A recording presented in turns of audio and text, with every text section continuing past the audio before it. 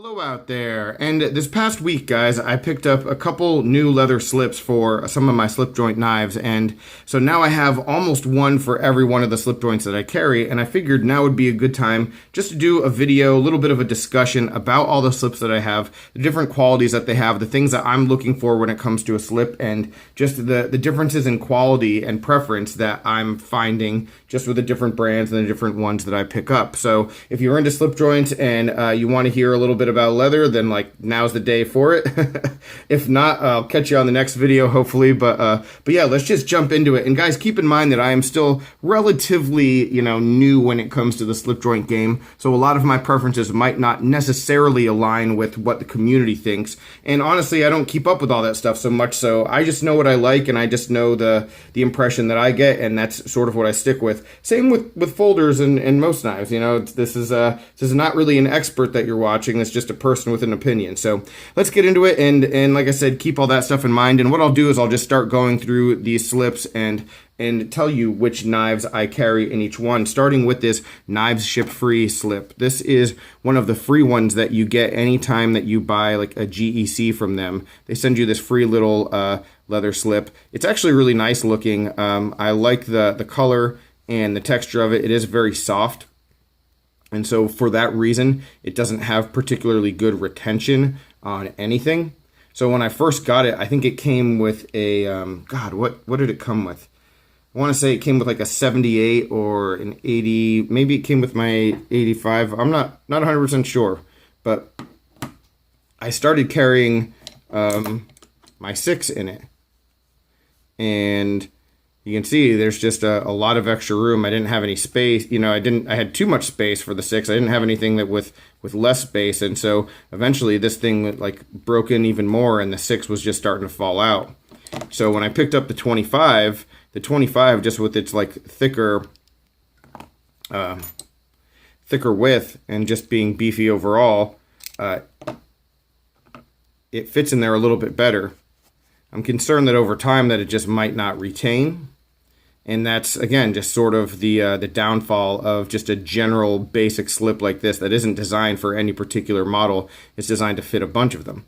And it fits okay, but personally, I really like a more secure fit. And again, I don't know what the standard is or what the expectation is. I think really it just comes down to what people prioritize and personal preference. For me, I would like something just a little more firm. And the same can be said with this Northwood slip. It's the same kind of deal. I don't think that when they release a Northwood's knife that they make a brand new slip with every model. So these are, in my estimation, probably a little bit just generic.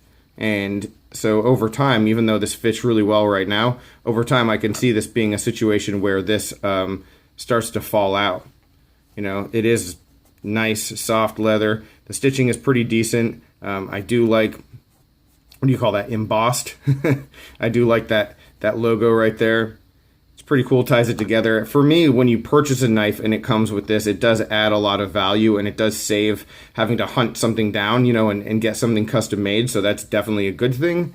But I can also completely understand why people go like the more custom route when they invest in a knife like this. They want something maybe just a little bit better, even though this does have its own charm and appeal, I'd say.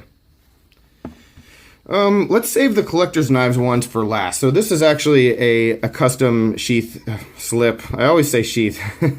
A custom slip that I had made for my GEC 85. So this 85 right here, it fits in here beautifully. The retention is great. You slide it all the way down. It's very snug. It's not going anywhere. As far as like attractiveness and appeal, it's not really my favorite color. But it's functional and it gets the job done, and so for that reason, it's definitely a home run. And I really wish I remembered the name of the guy who did this. I found him on Instagram, or I think he actually found me, and I just went back through all my posts. I can't find anything, can't find the conversation, but he did pretty good work, and this was a relatively inexpensive thing. And as we get through some of these, the ones that you have to pay for aftermarket, what you'll find with mine is that I didn't really overpay on any of them, and it's easy to do that. It's easy to pay $40-50 for like a leather slip, which with a lot of cases can be more expensive than the knife, you know, and that's definitely not what you want. So I think this was like a $20 leather slip, and yeah, it's perfect, and it's probably going to last me forever. So I really do like that. Bumping the camera around. And now let's skip over to this Benchmade proper slip.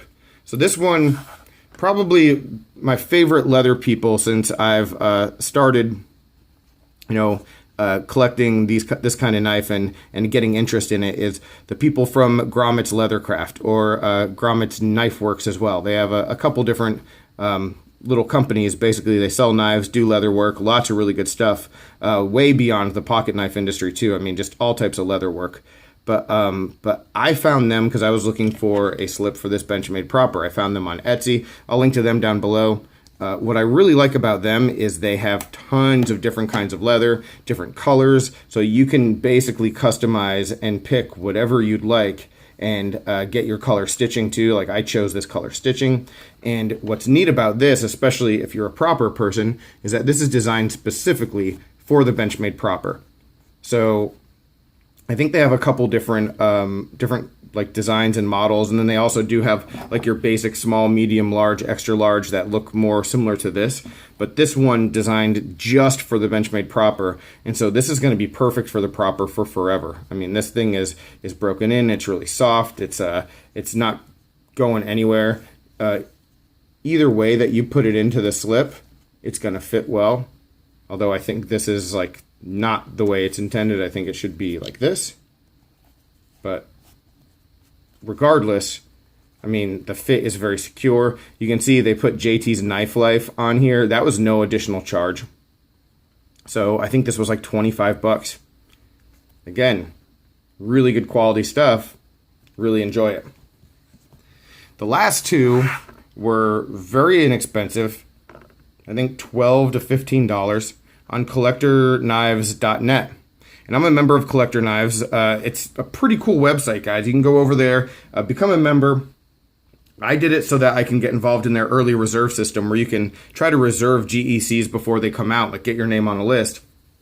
Not very many sites offer stuff like that. I've actually never bought a knife from them just because it just hasn't worked out, and it hasn't been... well, let's not say it hasn't worked out. The knives that I was interested in, I got notifications for, and I just didn't pull the trigger on. So it didn't work out in that regard. But the people at the website have definitely held up their end, and they've been great. And when I was looking for slips, man, someone recommended actually in my my collection video. They said check out Collector Knives, check out their slips, and I did. And what was super cool about them was, one, that they were inexpensive, but two, in the comments with in each product description, the comments in the reviews, people were posting, hey, this fits perfectly with this model. Get this size with this width for this model. And I was looking for a 6 and a 15. And I didn't want any movement. I wanted it really secure. And someone had posted, hey, the small slip with the extra width is going to be perfect for the 6. Guess what? It is. And then I think this is just like the medium standard is perfect for the 15. And guess what? It is.